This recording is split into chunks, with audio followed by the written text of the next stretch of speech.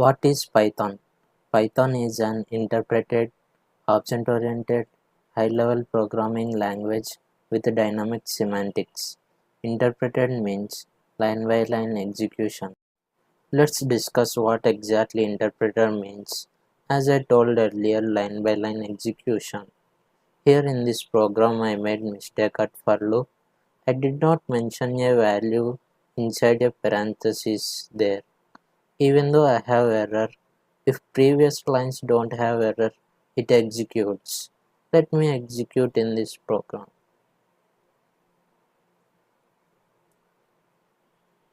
See now, it executed. Hi, I am explaining interpreter.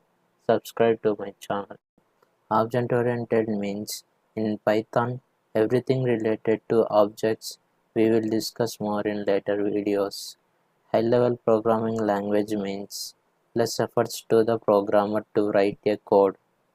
Dynamic semantics means no need to declare a variable data type.